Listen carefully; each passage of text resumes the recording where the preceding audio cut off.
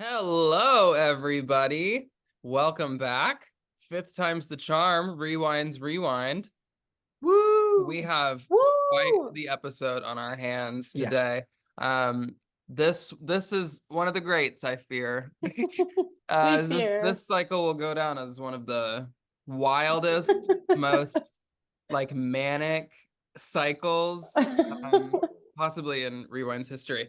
So we have a lot to discuss. I am your host, Jackson, and I'm joined by these lovely other people. It's me, Swan, as a twist fucked robbed pre-juror. I relate to this cycle very deeply. PP, poo poo, Graham. Not again. We're so bad. And I'm Sydney, the female minority hire. Headline for this episode: Derek Levasseur is evicted in 12th place after volunteering to go on the block to save Cody and Jocasta. Like, what else could it possibly be? Wah wah. The thing is, though, even with the crazy that we got to, we even started basing stuff off of the crazy that was happening, and it still didn't happen that way, and it like ended in a different way. So there's so much to discuss. Yeah, there were a lot of different ways that it could have gone wrong for Derek or Shield and Shield this week, and it didn't happen in any of the ways that you would have thought about, right? Yeah. Like it did, Yeah. like they didn't accidentally win the battle of the block. They didn't all plan the veto. They didn't like it was a whole situation of just the worst possible thing happening over and over and over again for A Derek. perfect storm of worst case scenarios. Literally, Yeah. yeah.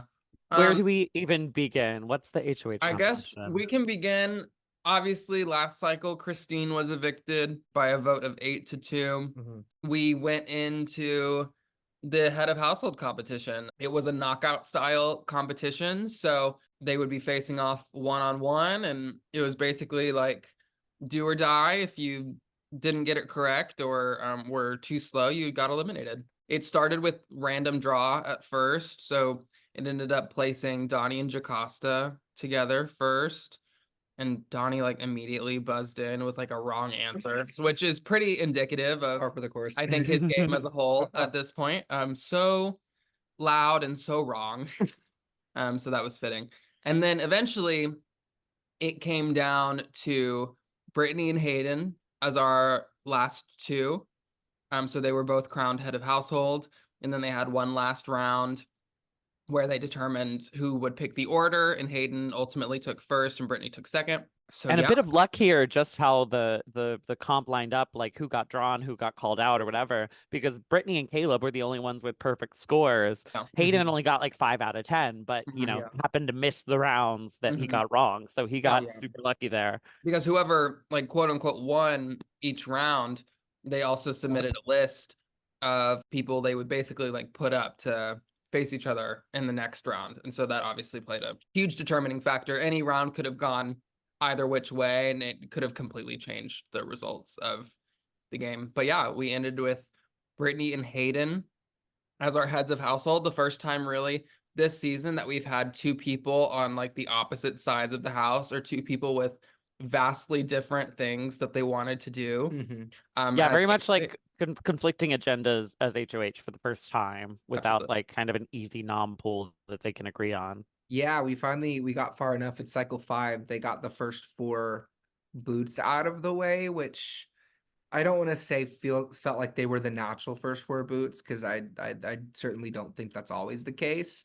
But I will say it was all of the people that were quote unquote easier noms basically were out at this point, and then we get these two HOHs of two completely conflicting sides and kind of wanting to take shots at the other side, because during the Christine vote it be kind of Christine wasn't the reason it was spurred on, but something I don't think we touched on as much last cycle was that during that vote, that's when people began to actually start talking, comparing notes, and realizing that the sides were beginning to form, or quote unquote, even what those sides were. So now we're finally at a point where there aren't any easy nominations of people that have been nommed a whole bunch. And Mhm. we're kind of down to the nitty gritty. I mean, it's people playing last pre-jury spot.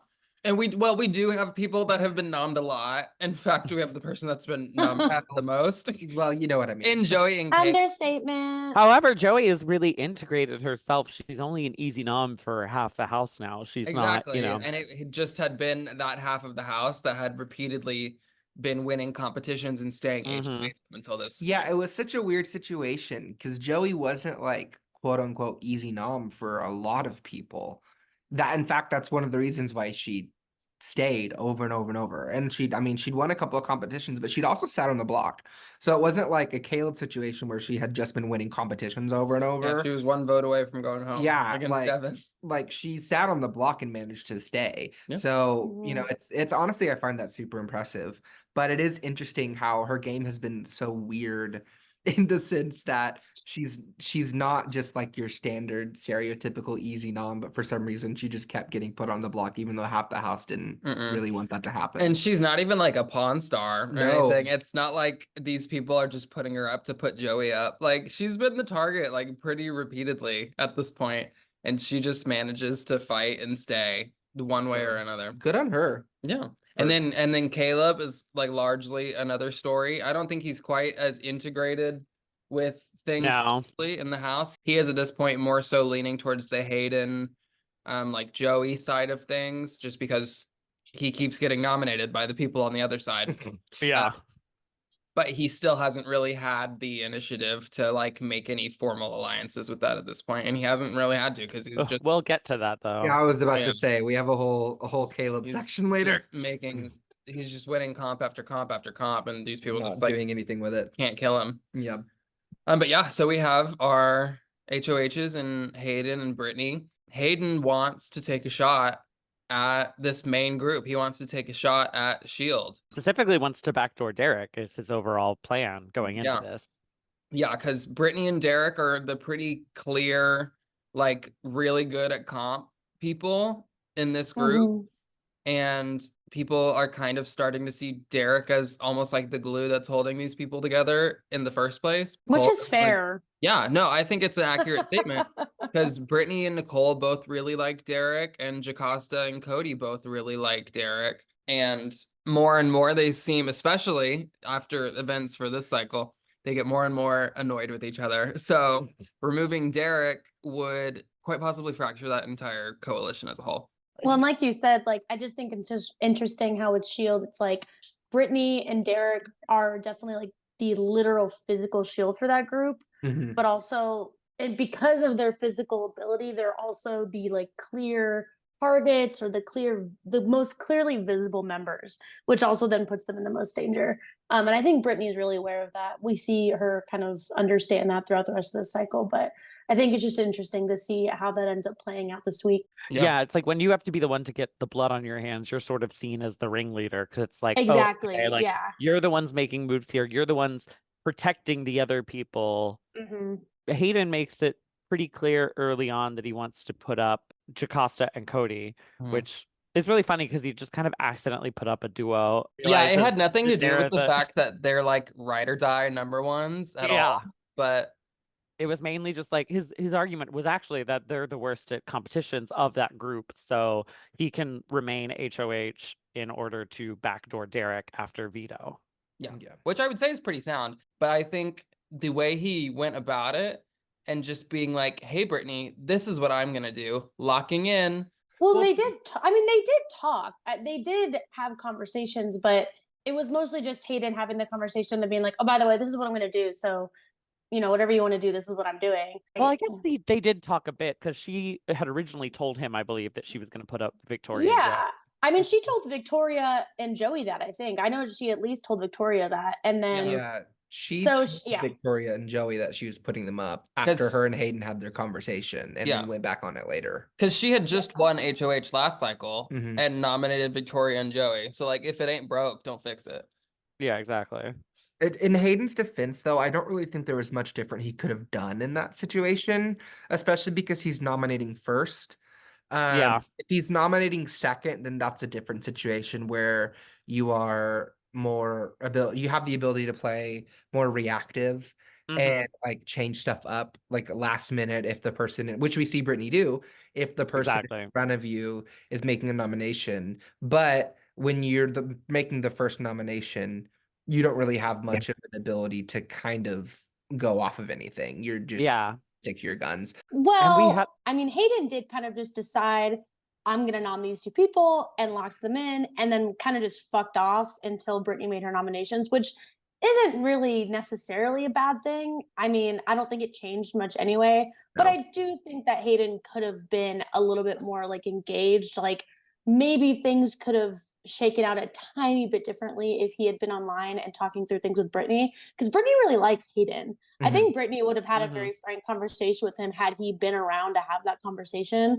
Yeah, I think the main thing Hayden's thinking was just like, okay, Brittany and I are different time zones. We kind of discussed the nomination. So I'm going to lock these in so that when she wakes up in the morning for her, she can lock hers in. But there was just a lot that happened in between. And we kind of talked about this in hosting, I think, a lot during the conversation of like, okay, he locked, like, what's fair, what's not fair. But the advantage of picking first is you get the pool of everyone to choose from. But the advantage of going second is you get to respond to the nominations being made ahead of you. So they both kind of have a bit of an advantage. And I think even up until this point, the only thing that had affected is like, okay, well, we're probably going to nominate from like these 5 people. So, oh, this person is nominating these two. I guess I'll just nominate these other people in that group. And we haven't even really come into the like full dynamics of what could happen with Battle of the Block. So far, up until this point, where Hayden does make it so clear he's nominating these two members of S.H.I.E.L.D. and locks in, and Brittany has all of this reactionary time to come up with the plan that they end up coming up with. But Hayden actually has had up until Brittany like 18 hours later, had the most strategic use of Battle of the Block nominations that we'd seen. He put up Cody and Jocasta specifically because he knew they weren't good at competitions and wanted to backdoor Derek, knowing that they were all allies. Funny how it turns out. Yeah, you know, it's funny he ends up getting Derek out this week regardless. So as soon as Hayden informs his noms what's happening, Cody and Jocasta go into massive spiraling and hysteria. What can only be described as like a hissy fit. And they start harassing S.H.I.E.L.D. And that's when Zach steps in. Oh, let's put one of our own in to throw the competition. So Brittany stays HOH. We can probably take whoever it is off the block. Or if not, we have the votes, even though they do not have the votes within their own alliance. And they're like, we can rely on Donnie for the vote, someone who publicly voted against us in the last time we were blindsided. Yeah, we can rely on Donnie and Amber for our votes. Two people that did not vote with us the last time there was a close. Literally. Stupidity run amok. Like, I just don't understand it. And Cody and Jocasta in like their fugue state that they're in right now anyways are like, yes, exactly. Yeah, they leap onto it. We have to do that. Yeah, yes, they're like please foaming at the mouth in S.H.I.E.L.D. chat. Brittany. Yeah. My favorite part of that whole saga is when like they've been freaking out in the chat and like Zach proposed the thing, was like, but I'm not gonna do it though. Like I don't feel comfortable going on the block. Even though optically for Brittany, he would have made the most sense for her to nominate like within the alliance because they seem the most detached. They've been opposed at like other times or whatever. Yeah. However, he refuses to do it despite coming up with the plan. Nicole doesn't really feel comfortable enough doing it, which like fair. It also would have made no sense for Brittany to nominate Nicole. Yeah. No. However, my favorite part is like after Nicole's already been like, I'm not comfortable with it, and nobody's stepping up because Derek hasn't come online yet. The little threesome chat of Cody, Jocasta, and Nicole lights up, and we were like, "Oh shit, they're gonna jump her!" Like, that's what we thought. We thought they were gonna get our girl, and like, I was really worried. I was like, "Oh shit, they're gonna like corner her like and with a thank knife." God she like stood her ground. Yeah, she good cut for that shit her. off at the head. She like should instead have, of instead of just being like, I think what was smart. The difference between her and Zach is like Zach was basically just like, I'm not comfortable with it. I don't want to go on the block, even though this is my plan. Nicole was like, I could be comfortable. I just don't think it makes sense for Brittany to nominate me. It would look Yeah. sus as hell, like blah blah blah blah blah. So I thought she did a good job of like laying out game reasons, and that's why nobody was mad at her for not stepping up, because she like 100%. presented game logic as to why she shouldn't be on the block. Yeah. Meanwhile, I think Zach literally sent that whole paragraph outlining the plan and then said, word for word, not me though. Yeah. Like, what the fuck, dude? Wild behavior. Yeah, See, that's when alarm bells would have gone off for me immediately. And you can Yeah. tell Brittany does not feel comfortable with the plan. She doesn't No. seem to want to do it. She's like, I've already Uh-oh. nommed these two people before. I've already told Hayden I'm gonna nom them. Why can't I just nom them? Even in the group chat, let alone in her DR, where her Yeah. and Nicole both are like, what the fuck is wrong with these people? No, yeah. Yeah. This is really the start of like Brittany and Nicole being like genuinely mad at Cody and Jocasta. Yeah. And honestly, rightfully so. And Zach. Yeah, and Zach. It really just is like the Shield, like just being pissed And, at like- each other. And and this is the honestly, absolute like, start of it. As someone who is deeply uncomfortable with being on the block, like it was an insane level of freak out from them that just showed like a lack of confidence in their game, I feel like. Especially when you're one of 4 nominees, you have 2 competitions to take yourself off. Like, I get wanting to come up with a plan and save yourself because I don't want to be on the block, but like going to that level of like pressuring your allies into doing it for you was just kind of wild to me. Yeah. I think that ultimately becomes Cody and Jocasta's downfall this Mhm. cycle, is that not only do they piss off the people who are anti them in the first place, that are on the other side, that are with Hayden and Joey, they also then piss off the few people they have aligned, that they're aligned with, in Brittany and Nicole left. And I mean, Zach's kind of devil may care anyway, so that doesn't really matter to them. But through this like fervor, foaming at the mouth, rabid, just insistence that they can't be on the block, they can't be on the block, they can't be on the block, it raised one alarm bells for everybody. Nicole even talks about it. She's like, oh my God, they're like one crazy, two like have to be a duo or something. And Yeah. what was interesting about Cody's reasoning for not wanting to be up against Jocasta, he wasn't like, oh my God, my number one, that's the worst case because like I could lose my number one if I survive. It was literally like, oh my God, she's gonna rat on me. I've told her everything. She's gonna spill on me. Like she's gonna throw me under the bus if we're final noms. GG. And again, we're like multiple competitions away from you being final noms together. There's like 4 things that have to happen between Yeah. now and you and Jocasta being the final nominations, but they're freaking the fuck out. And it leads to Nicole having this like little DR session that I really think was like the mission statement for Shield as a whole this cycle, where she talks about that Shield up until this point has been these like super strong players. And for the most part, like they're good in comps and they're good socially and they can like figure it out strategically up until this point, but they're all like selfish players. She says that it's not really an alliance. It's kind of just like a grouping of like these 6 individual players. Power players that have all come together. And she says that except Derek. Of all the people, that Derek is the least selfish and is the most selfless in the group. And that shows itself very much so when Derek comes online and reads all of this Cody and Jocasta bullshit and is like, I'll do it. I'll volunteer. I can go on the block. And I fucking knew it because obviously I knew Emmy was playing as Derek, and Emmy is just literally one of the sweetest human beings on Discord. And I could feel it in my gut. I was like, she's going to log on and read this, and she's going to offer. And in Derek and Emmy's defense, like literally you have half the alliance pushing for this. You have Cody and Jocasta being hysterical. You have Zach like proposing the plan. Like I get why Derek and Brittany caved to it. I think if Derek hadn't volunteered, Brittany wouldn't have done it. So I really wish like Derek had been like, hey guys, I'm a major threat in the game. I feel like I could win veto, but I'd rather not risk it. Just put up Joey and Victoria, who are not good at competitions. Yeah. But Brittany hates this plan. She goes along with it anyway. So what does she do? She fully tells Hayden exactly the plan. Yeah. Like no bullshitting. Like everybody else is trying to like play dumb and whatever. And Brittany literally told them, guys, I'm just gonna tell Hayden like what we're doing. Because, Which like, honestly, I Slay. fuck with that. Yeah, like, I love it. I love it. But then the rest of them acting to everybody else like, oh my God, I can't believe she put up Derek. What is she thinking? I had no idea. It's like, girl, she literally told you she was going to So tell Hayden. bad. And of course, Yeah. Hayden's going to tell everybody because it's literally like putting Joey at risk. And Joey is Hayden's number one. I mean, So that's part of everybody the reason knows why- it's the plan while everybody else in S.H.I.E.L.D. is acting dumb. And it's just ridiculous. Well, and that's part of the reason why Nicole and Brittany come out of this cycle so well, is because Brittany and Nicole were the only two that were like, yeah, no, this is fucking stupid to everybody.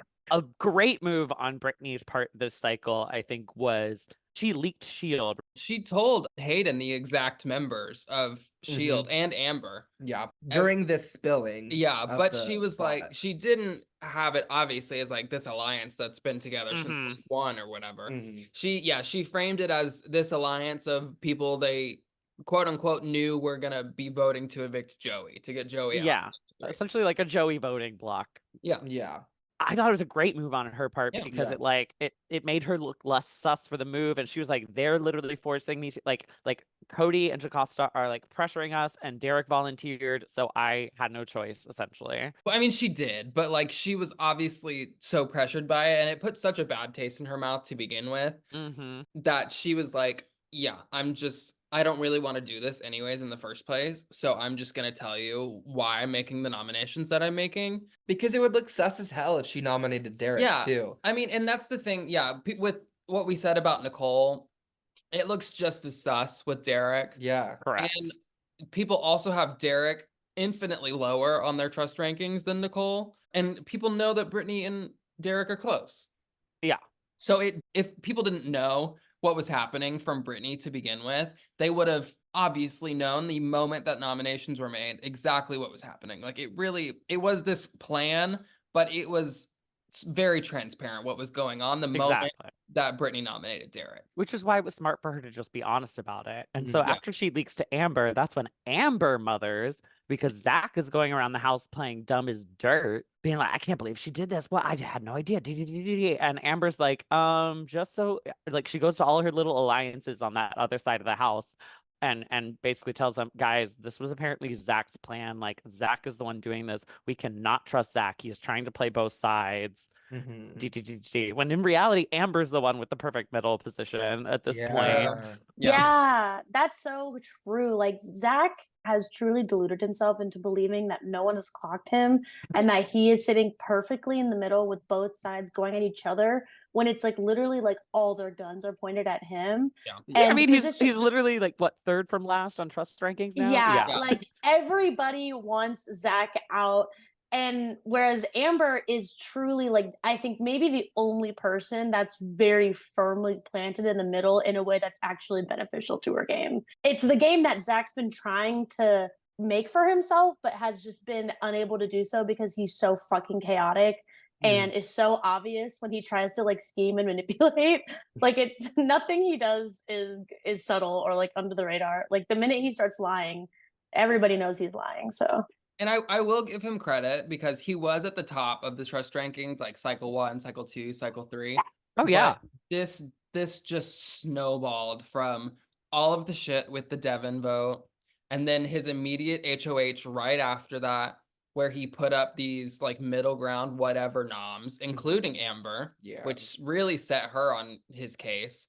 And then going into this cycle where he cooks up this like throw the battle of the block plan, it is just very quickly becoming larger and larger, and very quickly people are turning against him, and he's just like on another planet. He's like completely like, I can't believe I'm doing this so well. Like he asked in subs, he was like, what's the record for the number of days that one person has lasted in one season? And it's like, girl, you are not making Like, it. girl, you're gonna be lucky if you get to day 30. Like, I mean, it's the kind of pre-jury overplaying that I try to avoid because it literally almost always results in an early jury flame out. mhm. Yeah. Never want to be the big player of pre-jury No, because it's no. like, why? To what end? I will give him credit because wholly and truly, I think the whole arc of the pre-jury Is Zach. Oh, has been Zach. absolutely. Yeah. He owned pre-jury. It's Owned it. iconic. It's Yeah. incredible. And like that was great, and he was playing really well for a few cycles, but it's caught up to him at this point, and damn near the entire house after this week is said and done like want Zach out, and I would genuinely be shocked if he makes it like past the double. I just think first round he's vulnerable competition wise. He's gone. Yeah. Both sides are fucking done with him. If he's relatively high on someone's trust rankings, it's literally just because like the other people are their sworn enemies. Yeah. like he's Yeah. he's 4 and 5 on Cody and Jacosta's just by default because like everyone else has to be lower. They don't actually trust him. Yeah, and at this point he's like 3 or 4 people's sworn enemies. So Yeah. like I would wager after this cycle he's Nicole's sworn enemy. He's been Amber's sworn enemy. Brittany fucking hates him now. Hayden and Joey, they don't trust him after his HOH cycle. They don't really need him at this point. And they don't even really need him. Because Brittany's basically taken Zach's place. Hayden and Joey's like almost informant on the other side, like Zach was, quote unquote, for like Shield. Yeah. That's gone now. Because they have this alliance with like Brittany and Amber, and Nicole. You know what I mean? Like they don't need that anymore. After the dust settles, Derek confirms that he is volunteering to be put up. Brittany's gonna keep Joey as her other nomination. So I will say, despite how bad of a bad idea it was, the camp of Joey and Derek having to try to work together in the Battle of the Block after their whole like long season rivalry was really funny to me. I mean, the true challenge was scheduling. That was harder for them than doing the actual challenge together. Well, I wouldn't go that far. Yeah. So Hayden does what he said he would do. He nominates Cody and Jacosta in hopes that they lose the Battle of the Block, and Brittany goes through with the throw plan and nominates Derek and Joey for eviction. Yes. So Correct. they go into the Battle of the Block competition. Joey and Hayden and like Donnie immediately go into whatever alliance chats they have with each other. And they're like, Derek's gonna fucking throw this competition.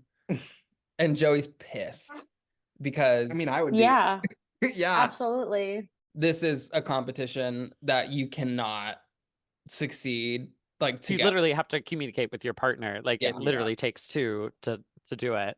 Yeah, it's a competition heavily based on Pokemon Mystery Dungeon.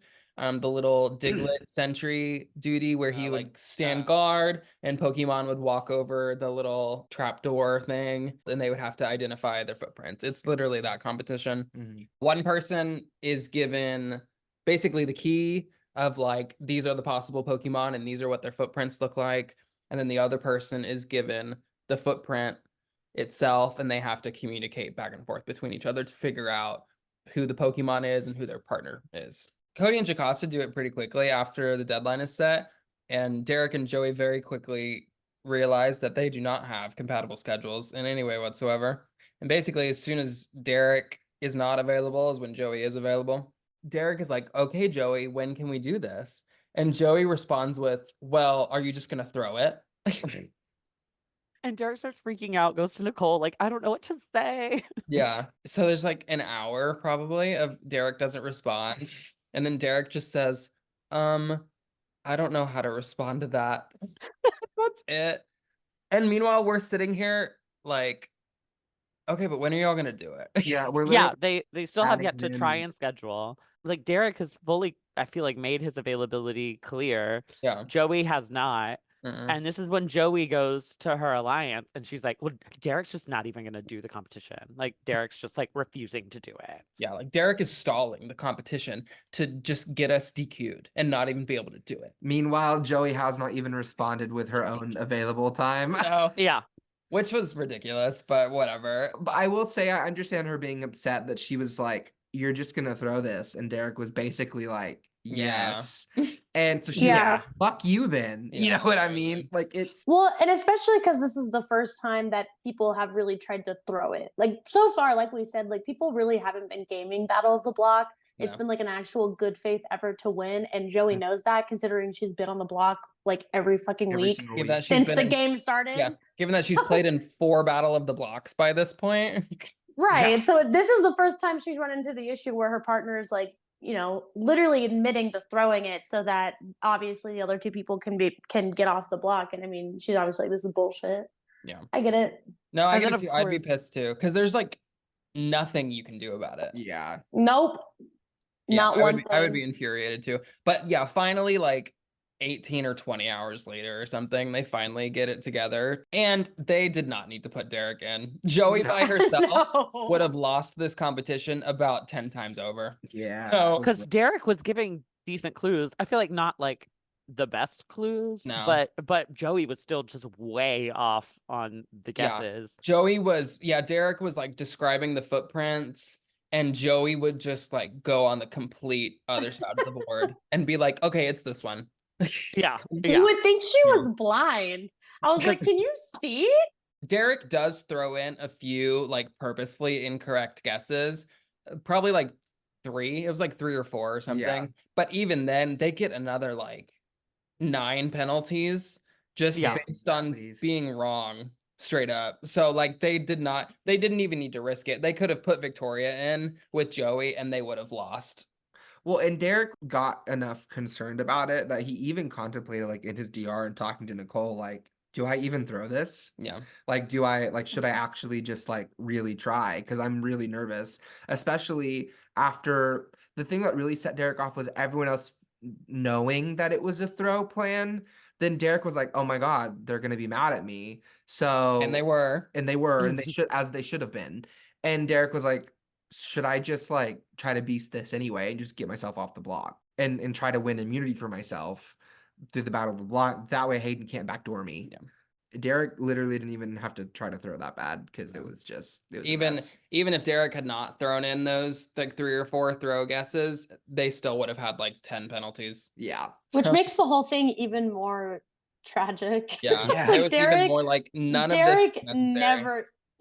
Derek never needed to touch the block. I mean, it just No. shows again, like Cody and Jocasta were just too fucking much. Even though it was Zach's plan, I don't think if Cody and Jocasta had been acting the way that they've been acting, I don't think Brittany would have followed through with it because she didn't want to do it in the first place. No. Nope. Like she was totally against it for good reason. And I think the if reason Zach it had went mentioned through was because Cody and Jocasta went crazy. exactly, like if Zach had just mentioned it and everyone was like, I think we're good, she would never have done it. But Cody and Jocasta were like, oh God, yeah, like, we need to do that, blah, blah, blah. And we're just fucking, like I said, they were on one. So because they Cody and Jocasta made it very apparent that if Brittany didn't do this, like it was going to be a slight against them. And yeah, they were you hijacking don't want us her to stick HOH. around. You want us to be in danger. You want us to like get evicted. And then, of course, Cody's in the alliance being like, I will gladly return the favor whenever this happens. Like, if we have to again, and then immediately going to his DR and being like, me reacting to me lying, which, like, I get it. I'd probably do something similar, but like, it still just looks shitty. Yeah. Well, it's like Cody and Jocasta, I think, showed everybody that they are willing to throw anybody in front of them as a shield, no pun intended, as a shield for bullets if they have to. It could be each other, it could be their alliance members, it can be the HOH, it can be anybody. They don't care. They just want to advance themselves. And like we talked about earlier, Nicole clocked it, and I think Brittany obviously really clocked it because of that they hijacked her HOH. They were not going to let her. It was either do what they say or she's going to be in big fucking trouble with her own fucking alliance. So that's not really a choice at the end of the day. And like, what a shit thing to do to someone's HOA. Yeah, especially because she's the only one who's fucking winning anything. Exactly. They're playing selfishly on her HOH. Meanwhile, she's like in her DR saying all the time, like, win a fucking comp. If you want this person up, if you want this to happen, win a fucking comp and do it. And I get it because that would be my thing too. I'd be like them trying to get her to backdoor Caleb. And she's like, I haven't put Caleb up. I put 3 other people up besides Caleb. Why the fuck am I going to poke the bear? Like, exactly. And she's also, like, it's not my problem. That's your problem. We have our problems, which is that whole side, but Caleb is not my problem. Yeah. And it's all even more ironic, even though Brittany doesn't know this, obviously, but Cody, for the most part, has been intentionally throwing competitions. Cody has been, which is fine. I mean, I think that for the most part has been the right move for Cody, but it's an insane thing to do, to throw competitions that you might have won and then lose and then feel like you have the agency to tell your alliance members what they should be doing and power to literally just be blatantly like, do my own dirty work for me and get mad if they push back against that. Yeah, and then because of that very thing, because of Cody throwing all these competitions, Hayden thinks that he sucks at comps. Yeah. And so Right. that direct thing is what literally puts him in danger. And Cody says in his DR, I never would have thought that me throwing all these competitions would have this ramification. No, it's like Hayden wasn't even targeting Cody and Jocasta because of their ranking as players or because of their social game or whatever. He literally was just like, okay, these two people are on the other side of the house, and I think that they have the least chance of winning Battle of the Block, so I'm going to put them up. I will say, based consequences of thine actions. Yeah, based on competitions he's actually tried in, I don't think Cody needs to throw anyway. Like, I agree. Right. He can just lose. Yeah. But then there's all of this shit, and then Cody and Jocasta vote out Derek anyway. Oh my God. I know. Like, God, Doesn't Cody even contemplate throwing the veto when he's chosen for veto, which is like just purely despicable behavior. Like, that person is on the block for you, and you're not even sure you're gonna try hard in the veto to protect them. Yeah. Yes. Yeah. 100%. So after the throw, yeah. Cody and Jocasta go to house chat and like be like, "Woo, we did it! Got ourselves on the Oh block." my And everybody else God. is like, "I know you're not bragging about winning a throw, right?" Like, Yeah. Everyone else is like, be so for fucking. Hayden was like, it would have been more impressive if you managed to lose after that. Like, they're in good house chat, like, 8. We ate that. Yeah, I think like right after it was announced, Jocasta went like, boom. Yeah. We Like, did that. Y'all Like, still got like 5 penalties. Yeah. And took like half an hour to do this. And everyone knows that this was basically like a pass fail for you. Yeah. Like, are you able to finish this competition? As long as you didn't DNF, you're winning this competition. Literally. It was. And so that just added more and more fuel to the fire. And resentment of everybody else. From Hayden for getting dethroned with this, from Brittany and Nicole for being like, what is wrong with you? And just because literally everybody at this point knows exactly what happened. And seeing them openly celebrate both them quote unquote winning this competition and their ally still being on the block and in danger is just a terrible look for them. Hayden is dethroned. Cody and Jocasta are safe, obviously. Brittany remains HOH with Joey and Derek as the nominees, and we go into the Power of Veto competition. we have a pretty iconic veto draw because we have Comp King Caleb, who's the alleged backdoor target. Not Everybody Brittany's backdoor cheers. target, but the rest of her alliance's backdoor target gets chosen. And kind of the worst case scenario for them is Caleb winning and taking Joey off. Brittany's house gets a choice. So Nicole, who's trying to like play the middle and look like she's not like on this throw plan, is Brittany's house guest choice. So it's like Not a lot of thought went into that one. And then Nicole's like, fuck this. Her DR. Yeah. Like, and then we have I can't do this anymore. And then we have Cody, who's contemplating throwing to not save the person who literally saved him. But also, I don't think Cody would have won anyway. No. So, like, on paper, it looks like a really good draw for Derek. Because, like, Brittany could win and use it. Cody could win and use it. Nicole could win and use it. And then Derek himself could win and use it. So, seemingly, it looks like they have, like, a 4-2 likely odds of winning the veto. But realistically, like, once you dig into it a little bit, Nicole's going to be throwing because she doesn't want to show her cards. Cody sucks at comps and is going to be throwing. Brittany might try, but like the last thing she really needs right now is to win another competition. Week. But Brittany at least had her like guilt feeling her. Like she really didn't want Derek to be a final nom. So I do think she like was like, I'm gonna try my best. I have to win this. Like no, she had good intentions, and she wasn't outright throwing, but I mean, in the end, it was for her benefit that she did not win. And also to be fair too, as much as the odds, when you put it that way, were kind of a little bit stacked against Derek, Derek is one of the biggest comp threats in the house, so he had a very, very good chance of winning. The only problem is he was up against Caleb, who is one of the other biggest comp threats in the house. Who is the biggest comp threat in the house. I mean, like 100%. Undisputed. In this competition, it ended up being close, but that's because he was against Derek.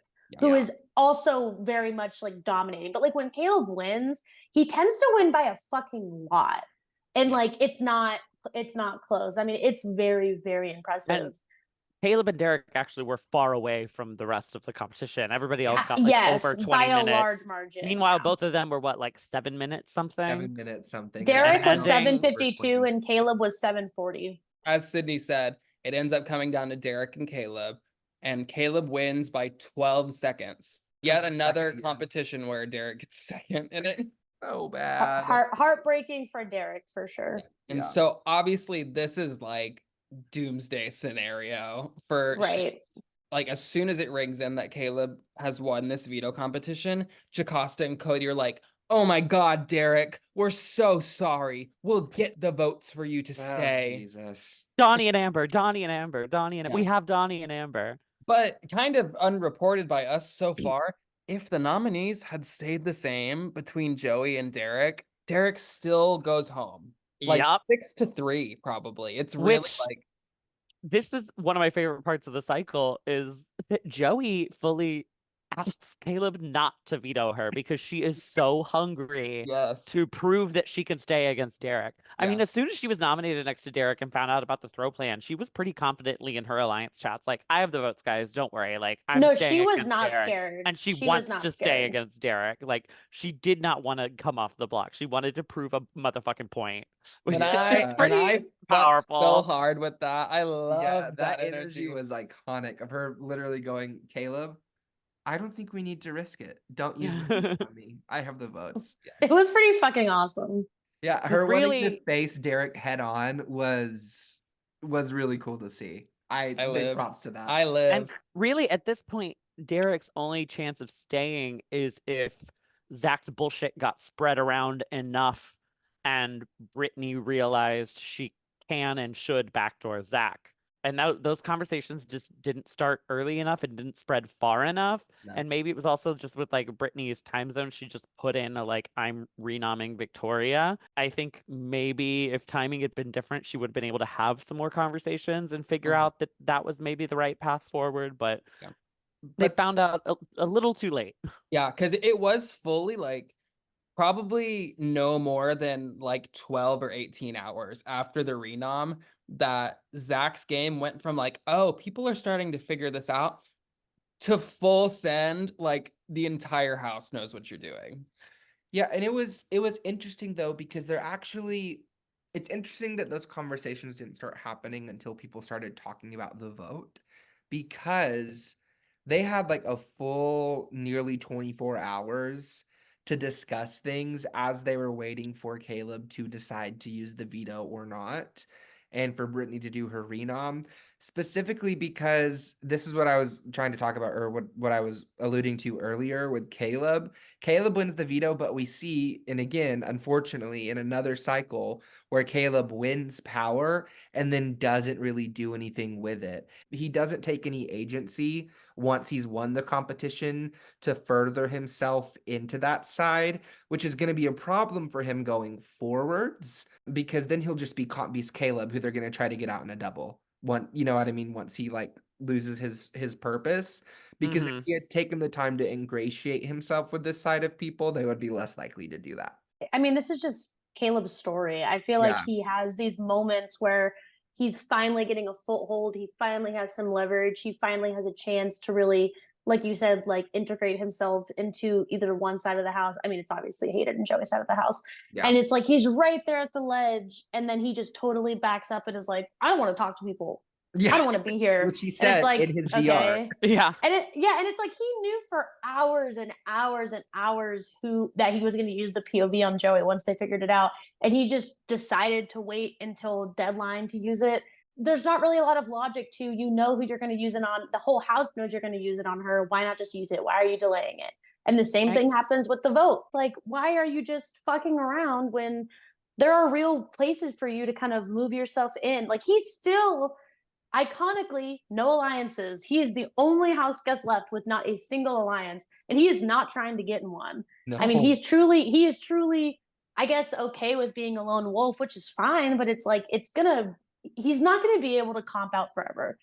At one point, it's going to backfire, and he is not doing himself any favors by refusing to gain any kind of social leverage in the house when he can. And honestly, Joey gave him the perfect opportunity to get a group going because Joey is like, hey, I'm confident. You don't have to use veto on me. I have the votes. So if I'm Caleb, I have no alliances. I'm trying to integrate myself into this side of the house. I want to make myself valuable to them. I'm like, great. Who do you think are your votes? Maybe we should get a group together and figure out what our best option is, especially because Brittany has just told me that Victoria is the likely renom. So me, you, Victoria, Hayden, let's all get in a group, talk about what votes we're confident in, what we think we can do. And like, it was a perfect opportunity to do that. And instead, he like was wishy-washy about what he was gonna do, didn't like fucked off for most of the 24 hours, told Brittany he was gonna let her know what he did before he did it, and then 10 minutes before deadline or right before he does it, messages Brittany, hey, sorry, I'm gonna use it. Sorry, I know it's not what you want. Meanwhile, Brittany's already the fuck asleep. Like She's already and put in a renom. Yeah. Just in case it happens. and I was at the point Caleb won POV, I was like ready to give him MVP of the week. I was like, Yeah. Comp King, Same. like didn't even get on the block and still earned himself safety this week. Like immunity 5 weeks in a row, proving himself valuable to that side of the house, and then just kind of like fully squandered the opportunity. Yeah. Gets to the point where he's even before, like the moment he was drawn, he's like, oh, I want to win this and use it on Joey. So like, great, Mhm. that's decided. He goes on to win it and goes and asks Joey, hey, I want to use this on you. Do you think that's a good idea? And Joey presents her case, has her thing where she like wants to face Derek head on at first. And then Caleb in that time goes to Derek too. And it's like, well, I don't want to just like not even talk to Derek and not let him have a pitch or anything. So tells Derek to leave him a pitch.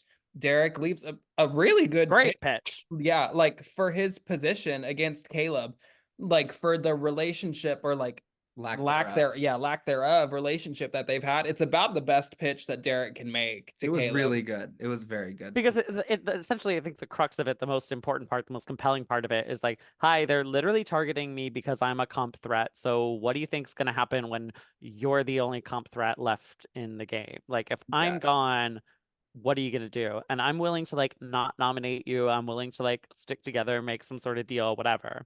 Yeah, It was a compelling case. Unfortunately, Caleb's just not strategically engaged and also further integrated into another side of the house that wants Derek out. So it probably wouldn't have been great for Caleb's game to do it, but I understand strategically the pitch and how it could work. Yeah. No, I mean, honestly, if he had made that Derek, if he had made that pitch to someone else in the house, like someone more like Amber, who is very self-serving and also is strategically minded and willing to make moves that she thinks could benefit her, that pitch might have worked. I mean, who knows? But like for where Derek was and how things shook out, I mean, he literally could not have said anything better. Like he said exactly what he needed to say. And unfortunately for him, it was to Caleb, who for many reasons, but I think mostly was just not ever going to listen to any pitch because Caleb is not really interested in listening to anybody else. No, and he even like reads Derek's pitch and is like, oh, I feel bad now. Right. Like I'm not gonna save him, but now I feel bad, and like that's when Well, he like went and fucked off. This leads to the crazy sequence of events, and this is like mildly spoiling things, but the crazy sequence of events where like Caleb is like, I appreciate your pitch. I'm not gonna use veto on you. However, you have my vote to stay. And then immediately goes to like his DR and is like, I don't know why I told him that. That was crazy. I'm not voting for Derek to stay. And then in the end, thinks it's gonna be Yunnan Derek and doesn't want to burn Derek on the way out as a pre-juror. I don't know. So votes for Victoria. There's The sole vote for genuinely Victoria. there's just no strategic mind there, like at all. It's empty head, nothing going on, knock knock. Like I don't know what else to say. I've said it. I've said it multiple times, but it really is like the Frank Big Brother 14 experience. Like amazing at comps, can like maybe have one or two decent strategic moments here and there, and then just zero social skills. Is only here because he's so dominant in competitions that it is physically impossible for him to get evicted. Yeah.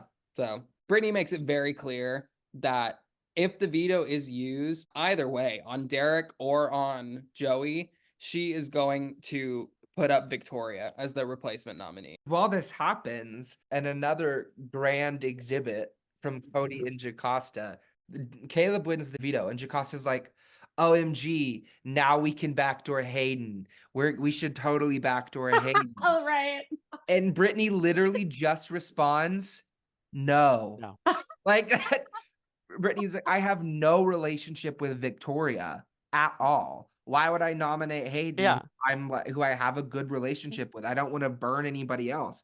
And Jocasta's like, well, all right then. Like pissy with her. Well, Which like Cody all calls of her out this. in his DR, and I Yeah. can't remember if he said anything in their one-on-one or not, or if he just put it in his DR. But Cody is like, Jocasta, what the fuck are you doing? You can't be like talking to our allies Even like this. that was the one moment of clarity really Cody had this entire cycle, was when he clocked like Jocasta is gonna get in fucking trouble if she keeps talking to her allies like this. But the other thing about Brittany too, I really feel a lot for Brittany, because Brittany and Hayden actually do have like a relatively close relationship, and she was actively upset that she felt like she was kind of knifing him in the back by changing up her nominations last minute. And obviously Jocasta isn't privy to all that information because she's not in their one-on-ones, but it's like that was just the exact, if there was anything even more wrong you could have said to Brittany at that point, it would have been to backdoor Hayden. Like, it's like, no. And it wasn't even like, oh my God, guys, do you think we should do this? Jocasta said, if he uses the veto on Joey, we put up Hayden. Yeah. As if she won HOH, like, girl. Well, because that's Brittany's mentality this whole time, is kind of like, who the fuck is we? Like I am the HOH, and she she's like, won the fucking HOH, and she's like, I already let y'all fuck my game with my initial noms. I'm not letting you control my fucking renom too. And, and you know it's bad when like Cody, his one moment of clarity, Cody is like, oh, Jocasta, don't do that. You know what I mean? Like, don't do all that, girl. Yeah. Don't do all like that, the gosh. one person who's like even worse is like, oh no, let's not do that. Yeah, Like, you know it's bad when Cody is like, girl, you need to watch how you're talking. Oh my God, that's what's so funny, is like his one moment of clarity, and it's Cody being like, oh, she's like a lot. Like, she shouldn't talk. I'm like, it's like really the pot calling the kettle black. But I did love it. I do love when Cody has moments of like very accurate understandings of the game, because like as much as Cody is still like a social threat and does have his hands like in all the cookie jars and everything, he's just fucking insane. Like his read on people's intentions, I think that's where he struggles, or like where the villain label kind of comes in, is like the way that he reads into like people's intentions or like their actions is always so bad faith, and always so like the most extremely horrible thing that you can think of that other person doing, and then say a horrible thing to react to it. Like he's gonna do that. Like both times Caleb has had like a fun speech. Like Caleb will just do a fun AI generated speech when he like wins Battle of the Block, or like when he won POV this week. It's really cute and funny. Like there's nothing wrong with it. No one else cares except for maybe Jocasta. But Cody's in his DR like, I'm sick of this fucking cowboy. He's so stupid. He's never here, blah, blah, blah. And it's like, yeah, you're not wrong. Like Caleb does kind of just drop the speech and leave, but like, why is that bad? Like, it's not that serious. He just takes it so seriously. What's funny about it to me is like he's so mad because he's like, Caleb's putting more thought into these speeches and typing more in ceremonies than he is in my one-on-ones and like whatever, which is like technically true, but also like Caleb's literally just chat GPTing it. Like it's like Caleb is not actually putting hardcore effort into it. The way he reads like strategy and people's speeches and their moves with each other and their HOH, like he reads everything that people do in the game as something inherently like bad faith, or to some degree like this is against me, or he takes it as like a personal affront to his game. That's exactly what it is. And that's why he goes into he takes every single thing that happens to him extremely personally. And exactly. Like, and then he goes in his DR, and he is very good at hiding that reaction from other people. Like he doesn't really go off in DMs or anything, but in his DR, like you can see clearly like he takes everything very personally and offensively, and he reacts that way. And most of the time he's just wrong. It's just not accurate, you know? Caleb has used POV on Joey. So Caleb and Joey are now unable to be nominated. They are free from the block. Brittany needs to put up a renom. She's going to nominate Victoria because she's already nominated Victoria in the past and she has no relationship with her.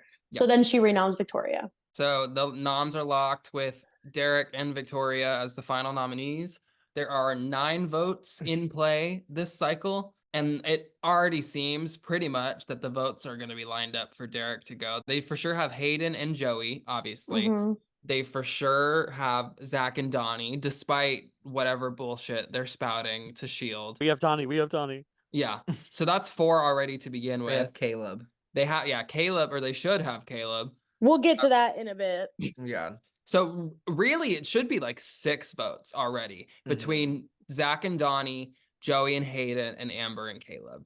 So it should be kind of a slam dunk. At this point. So Zach goes, how can I get the votes on Derek, even though they're already on Derek, in the absolute messiest way possible to blow up my entire game? Yeah.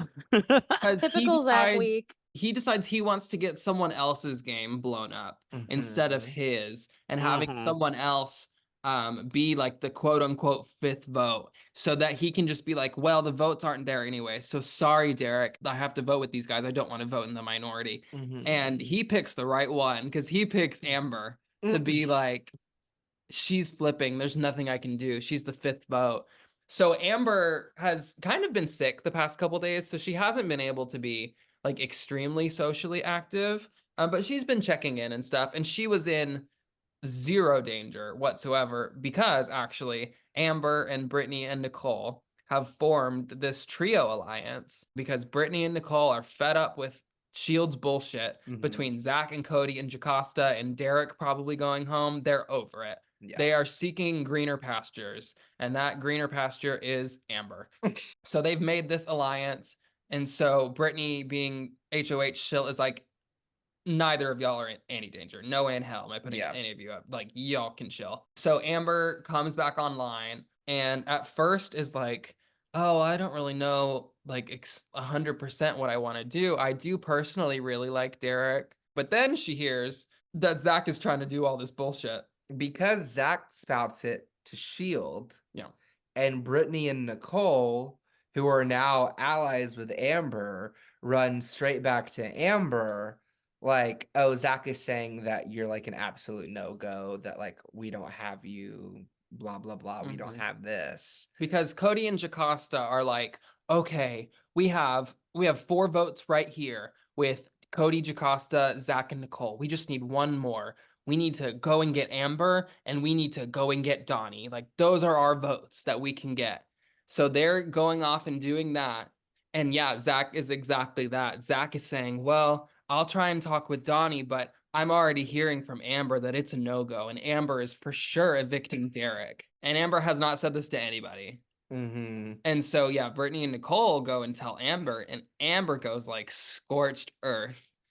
She's like, the one thing you're not going to do is put fucking words in my mouth. Absolutely not. Like, I'm ending this. And so, I mean, besides his own actions, like basically the downfall of Zach's game this round is a trio of mothers decide to compare notes, and everything gets laid out on the table. What's interesting is like Brittany's trying to get closer and work with Amber, but this also pisses Amber off because Brittany and Nicole are really communicating very well. If you read one-on-one from the past like 48 hours, I suggest reading Brittany and Nicole, because they were spilling. Because Brittany is essentially like, well, Nicole confirms that Amber's not really considering keeping Derek at all. And Brittany's like, well, what the fuck? She's supposed to work with me. She's my ally. So while they're trying to work together, Brittany's now kind of like seeing alarm for Amber as well, being like, okay, she's not on my side because she's literally acting against my wishes this round. Which I love that like Brittany's kind of like turned into no bullshit mode. I love this journey for her. Yeah. But here's the thing though, because of this though, this is why Amber is number 1 in our power rankings this week, because Amber then hears all of this situation and is like, you know what we're not going to do today? This.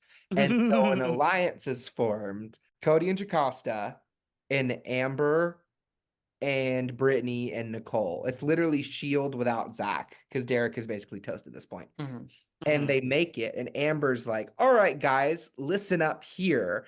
And she tells them exactly what's going on.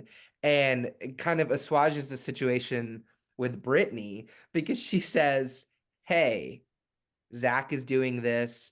Derek is getting voted out no matter what. Zach is trying to make this another 5-4 split and then pin it on me and make it look bad. But Zach is the one that's doing all of this, so Derek doesn't have the votes anyway.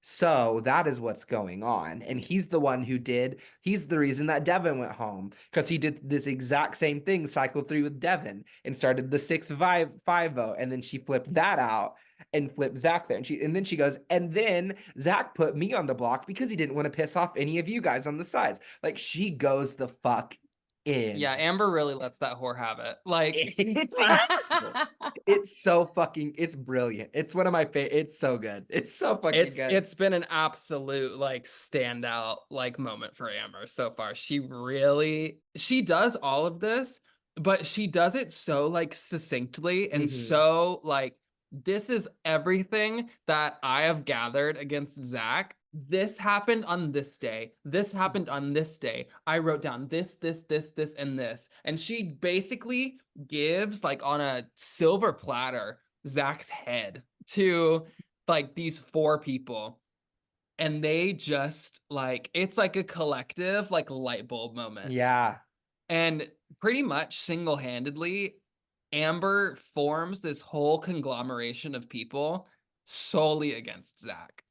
And they originally try to name their alliance like the Zach Hate Club, and then it turns into the Cap Cutters. Yes. Which is a really incredible work. Quadruple entendre that I don't think they even meant themselves.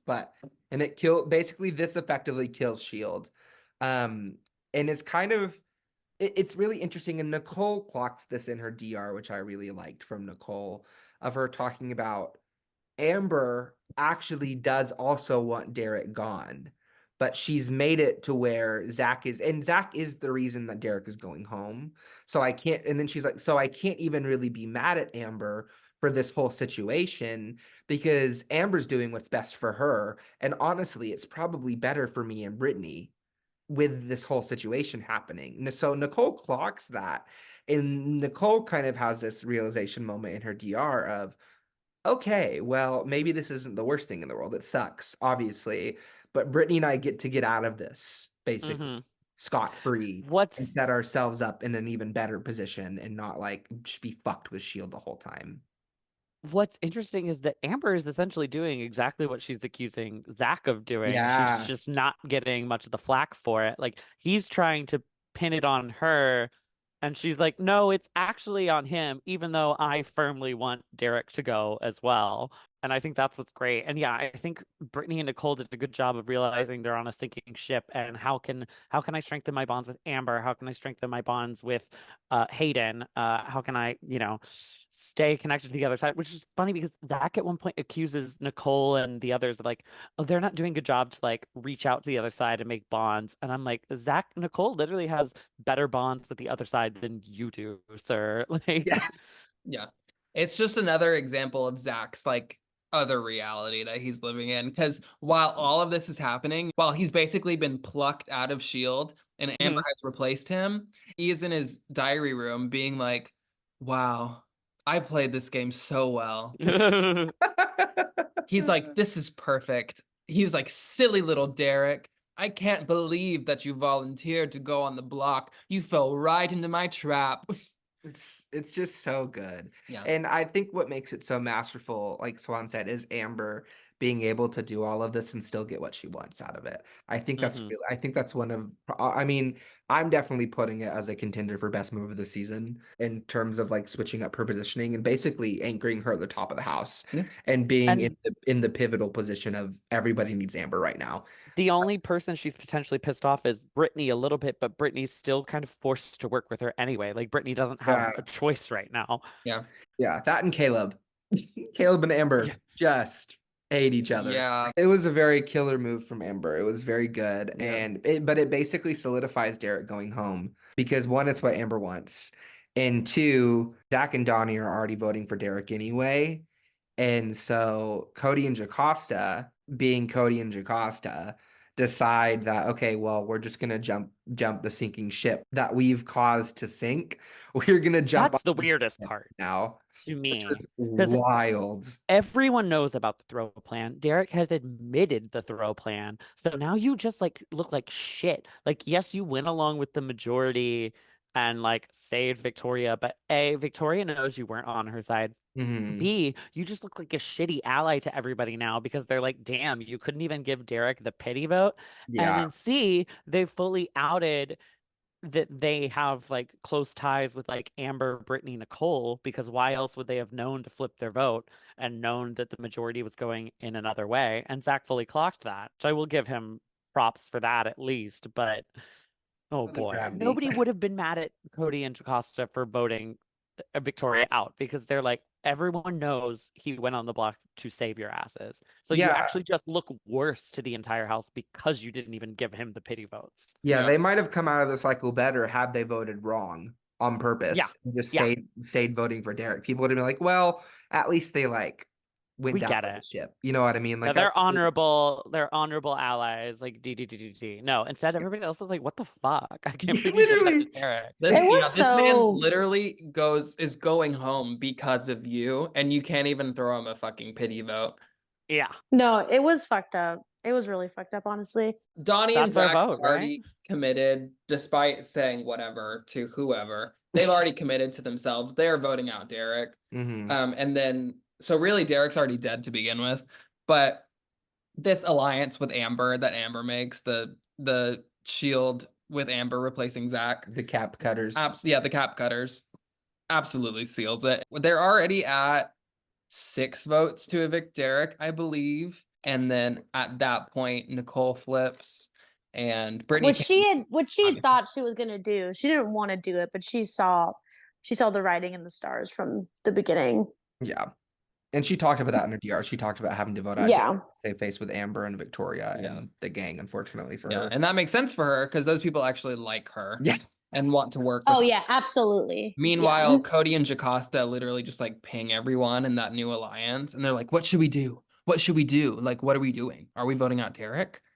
And they're like, "Yeah." I know that it wasn't a split vote whether or not they voted for or against Derek, but it's like imagine that it had been and they didn't know that, and then they voted to evict Derek and he could have stayed. It But makes still. them look even worse when Caleb does throw his random hinky vote. They Yeah. know that all of them voted for Derek.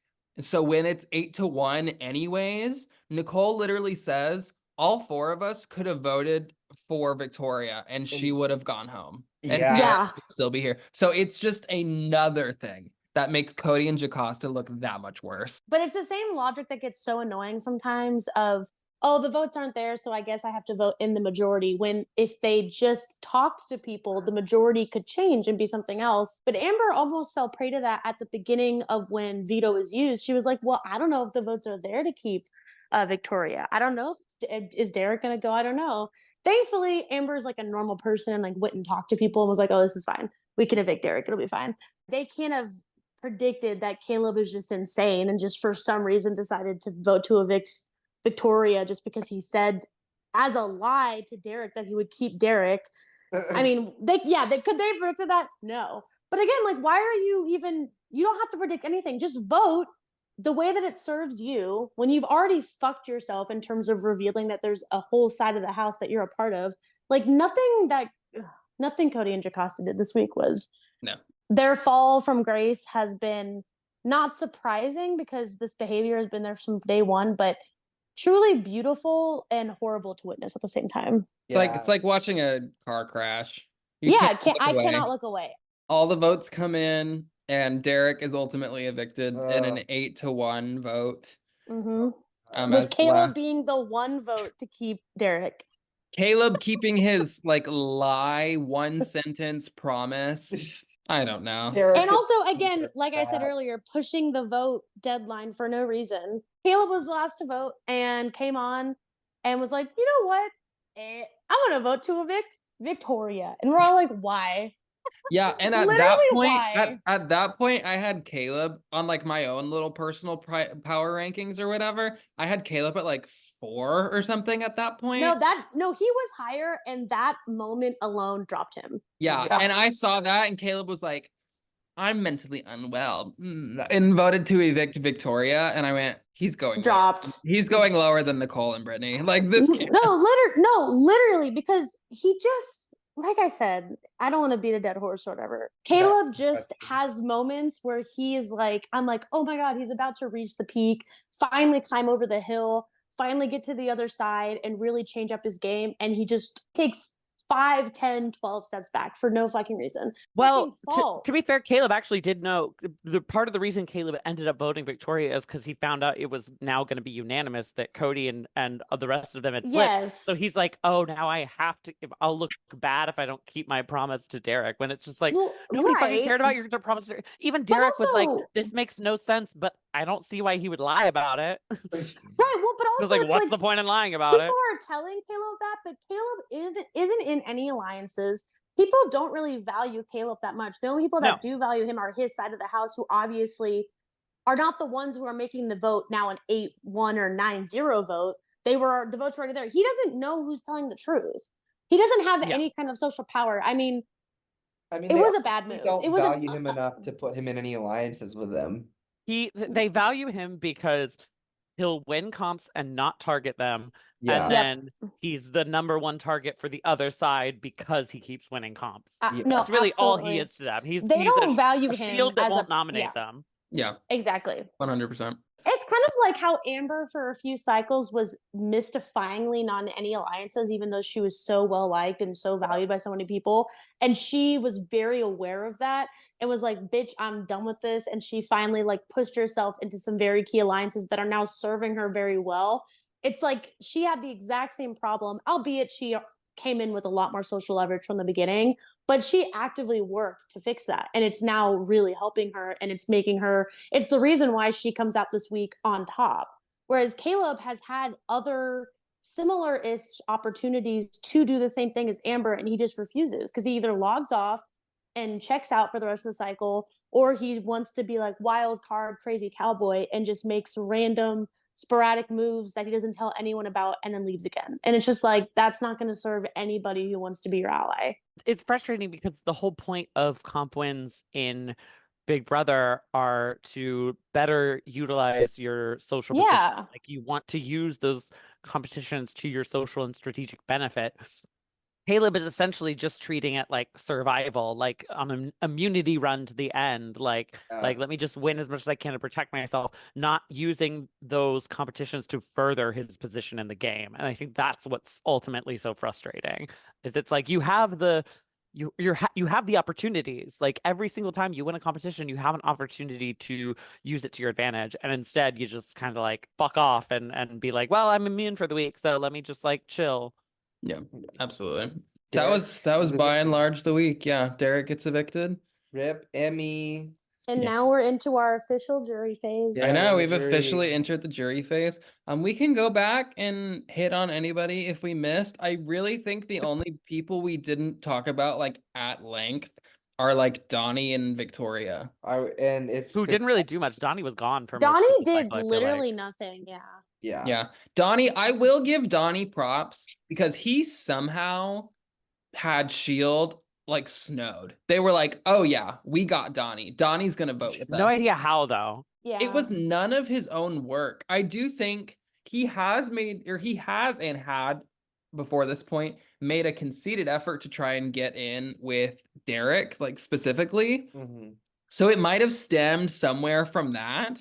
But like really outside of that, like Brittany's nominated him. Brittany knows that Donnie doesn't like her. And Brittany tried to tell them that Donnie doesn't like her. Yeah. In the chat. Because she even said, you guys have Donnie.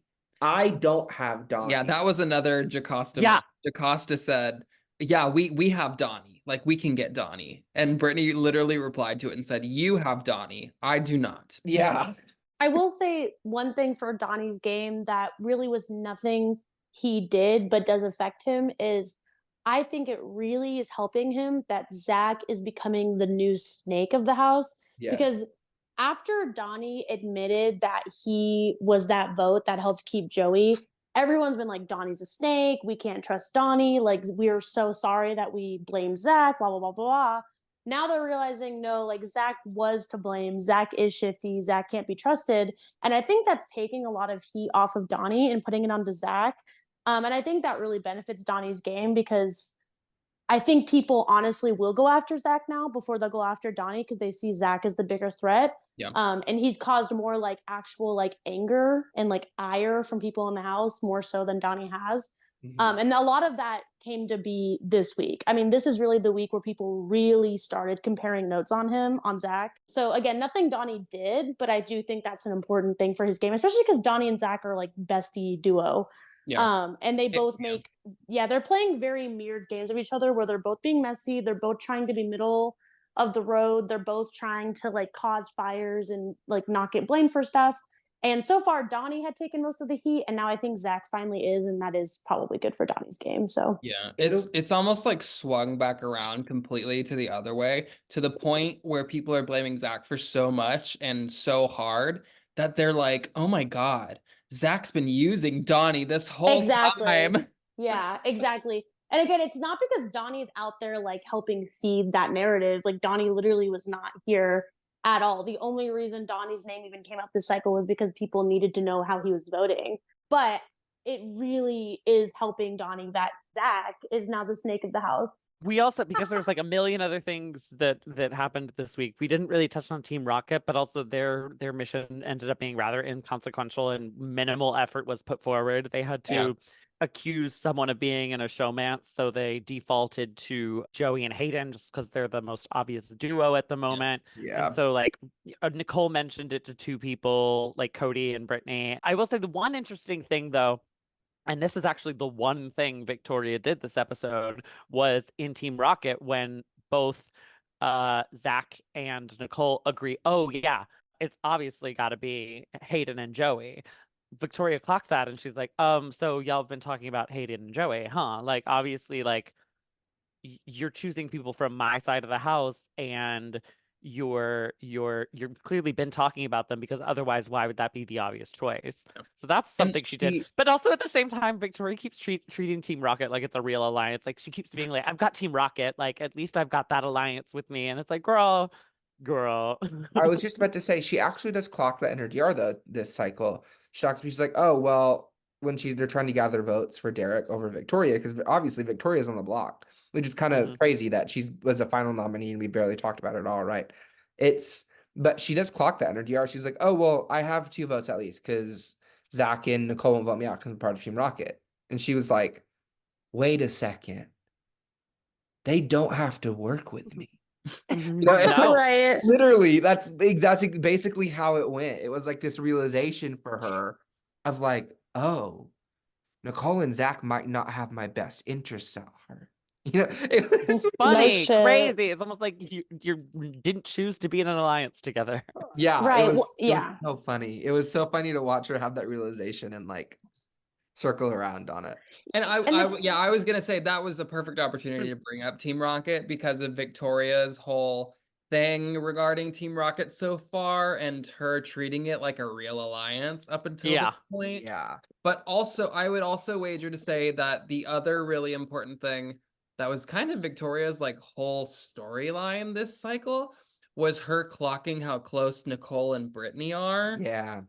And like continuously like bringing up stuff like it started because Nicole has been trying to develop this relationship with Victoria like as a little side thing, and through that has been kind of playing dumb when it comes to Brittany, and so it really sets off red flags when Brittany picks Nicole as house guest choice. And then like through talking and conversations with the votes, it's just more and more examples of Victoria like picking up on this and picking up on that and being like, Brittany and Nicole are obviously like extremely tight. And it's interesting that the one person in the house that has Nicole clocked is Victoria. Yeah. Like the one person. Because Nicole's kind of, I mean, I wouldn't say she's playing circles around people, but I would say Nicole is probably our brightest player at the moment. in terms of being able to play overall, most well-rounded player, connected the most with everybody in the house. Like in terms of everything, comp-wise, social-wise, strategy-wise, I would say Nicole's probably leading the pack right now. At least she would be my vote for like a player, player of the season. That Oh kind of yeah, thing. she's playing despite being kind of firmly planted on one side, she's playing the middle probably the best until Amber this round. Yeah, she's just Yeah. everybody. So it's just funny to me that like Victoria's the one that's clocked her, and that's not even Yeah. really like a clock. It's just clocking like who her like biggest ally probably is. You know what I mean? It's not even like it wasn't even like I have to get rid of Nicole and Brittany. It was just something that Victoria noticed, which I thought was interesting. Yeah. Victoria is very hit or miss with her reads. Like I think Yeah. sometimes she has, whereas like Nicole, I feel like again one of Nicole's biggest strengths is I think she has consistent, very accurate, very necessary reads on the game that help her like very much understand the social landscape and pivot accordingly. Whereas Victoria, like the Team Rocket clock, where she was like, "This is a real alliance. I have their votes." Not correct, not accurate. But then clocking Nicole and Brittany, very accurate, and also something not a lot of people have picked up on. So she's very hit or miss with how she reads the social landscape of the house, which is interesting. And I will say, her being picked as the replacement nominee and immediately being like, I'm not worried. I'm staying. Yeah, that I'm was staying. powerful. That was really iconic. funny. Her and Joey giving girl boss confidence, and we love it. Absolutely. We love it. We've discussed the week and we've discussed all our players individually. So I think we can move into MVP and LVP. Hi, everybody. This is Editing Jackson here. After we filmed this lovely episode of the Rewinds Rewind, the last session that we ended up doing, which contained the MVP picks and the LVP picks, Sydney's trainer of the episode, trainer of the week, and our favorite moments of BB Rewind's history, just decided to not join the party. So I'm here, and I'm going to be giving a little rundown, Spark Notes, quick and cute version of what we did. So first and foremost, I'll do our MVPs. As we largely discussed across a lot of the episode, especially concerning the voting period and campaign towards the end, Amber was a very big standout this cycle, so a lot of MVP points went her way, citing a lot of those reasons. Juan gave Amber his MVP point for really like sinking Zach's game for the foreseeable future. Graham also gave Amber his MVP point in Amber solidarity, I can only assume. And then Shinx also gave Amber his MVP point. So that's 3 MVP points for Amber. But myself and Sydney actually gave our MVP points to Joey. Sydney went first and gave Joey all the credit that she deserves for surviving not 1, not 2, not 3, not 4, but 5 nominations, all in a row, all in pre-jury, and still living to see another day, whether it be winning Battle of the Block, getting vetoed off of the block by someone else, surviving in a 6-5 vote against Devin.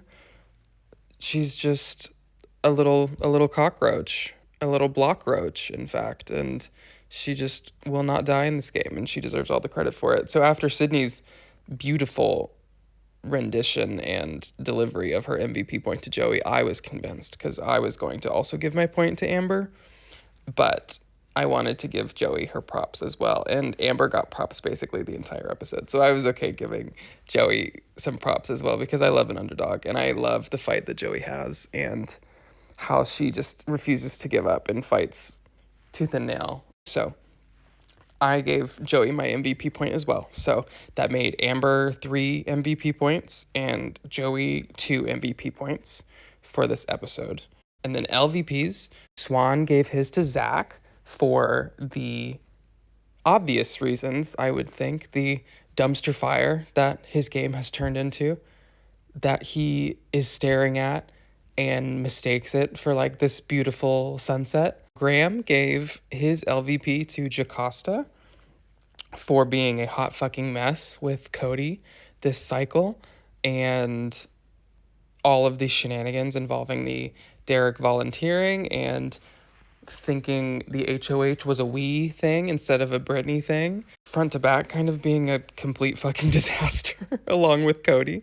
Sydney gave her LVP point to Caleb because it's kind of the same thing that we've been saying. Caleb gets nominated, or even this cycle, he didn't even get nominated. He had such a huge opportunity outside of the normal. He wasn't even nominated and still won the veto and had every opportunity to finally get a group of people that are genuinely loyal to him in like Joey and Hayden and Victoria and Donnie and all these people who are working against the same people that he's working against. And he just refused. He just absolutely floundered the veto decision and then the vote as well with Derek. So he was just a fucking mess.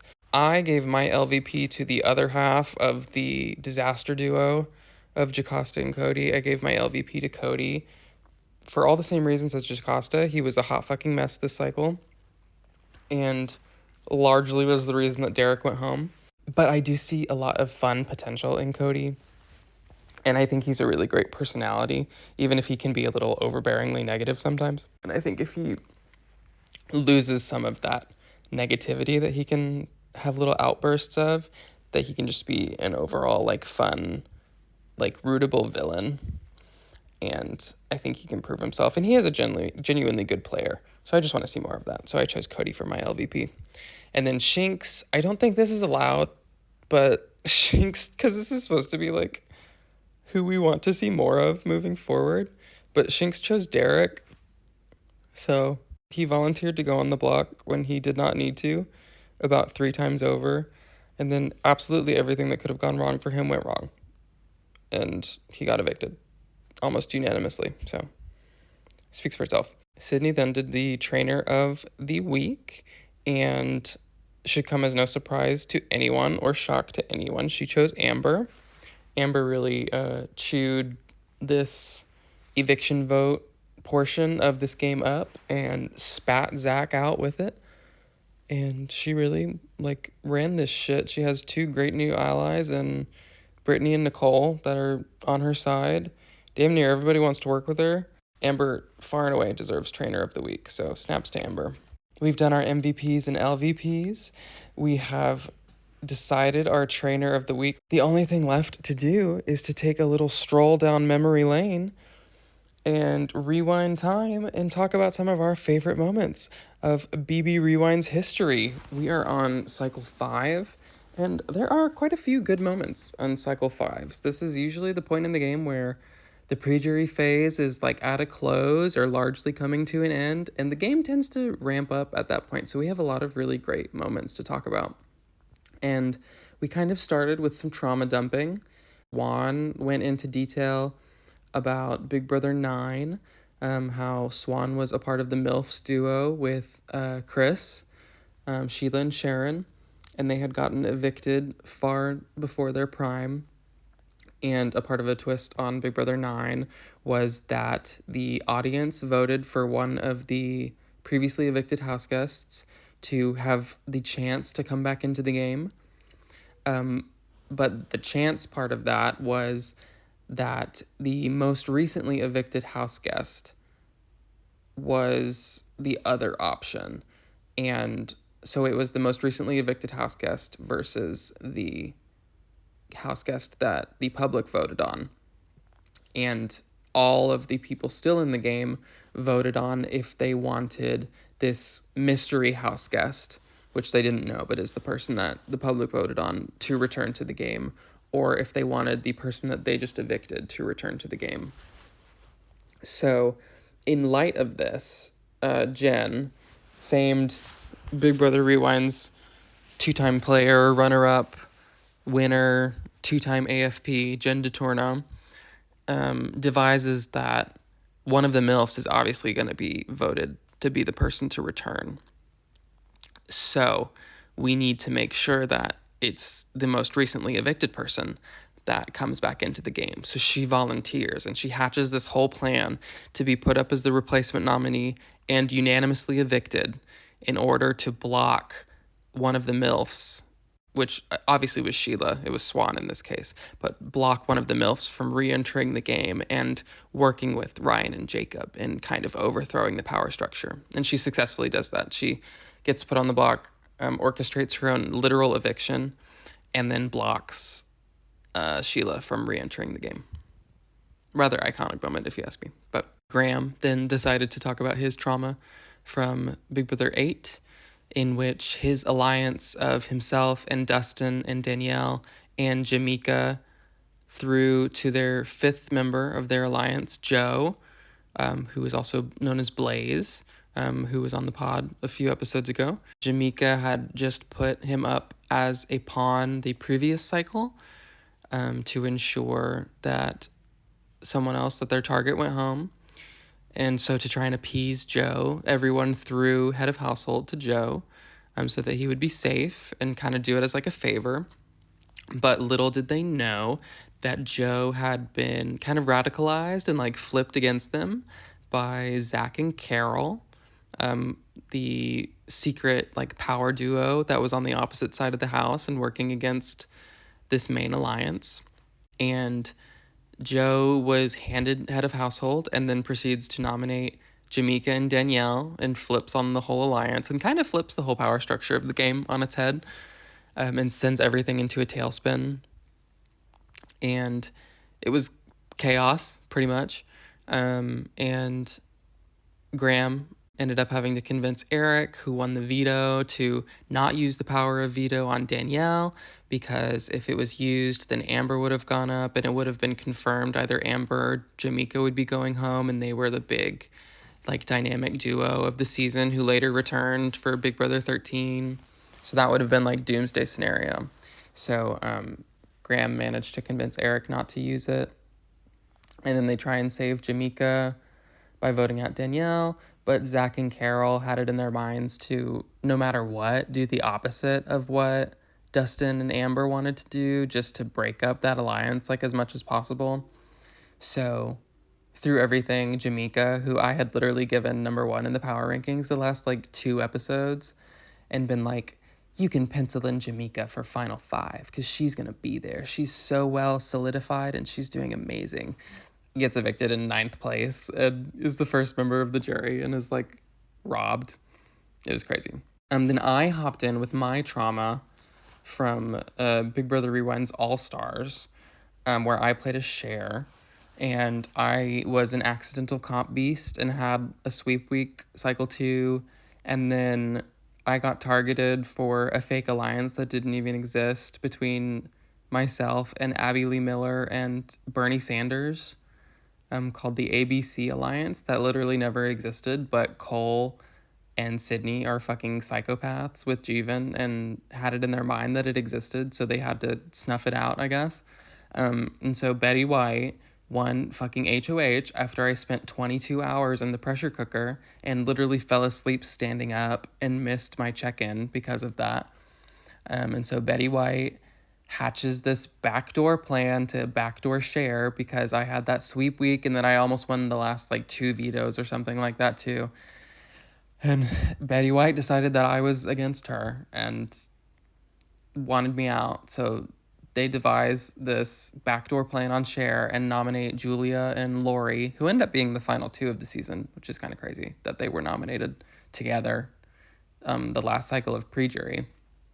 And then I thought both of them were my allies, like really close allies, like probably my number 1 and number 2. And they both get picked for House Guest Choice, and neither of them pick me. So I obviously know that something's fucking up.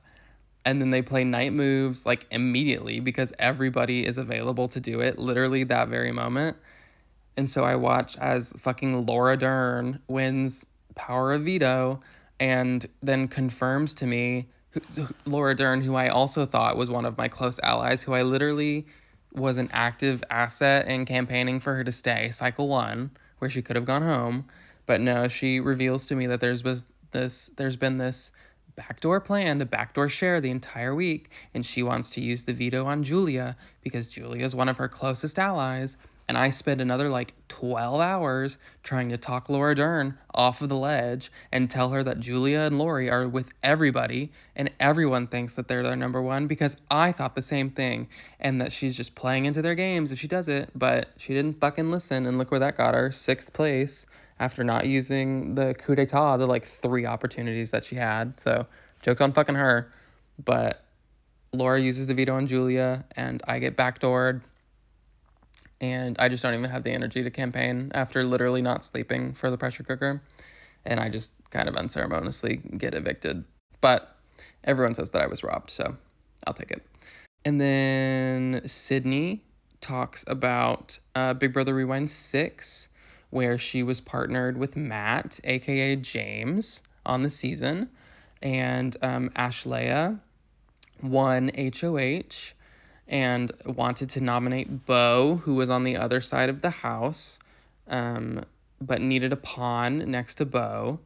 So Ashlea, in her infinite wisdom, chose to nominate James, Sydney/Rachel's partner, for a unanimous Bo vote, only to spurn James, completely alienate James, and lead to James backdooring Ashlea the very next cycle because of this exact thing, which starts the whole season arc of the jury phase being Sarah/Shanks, obviously, versus James, and Sarah's whole revenge plot to get James out for taking out Ashlea.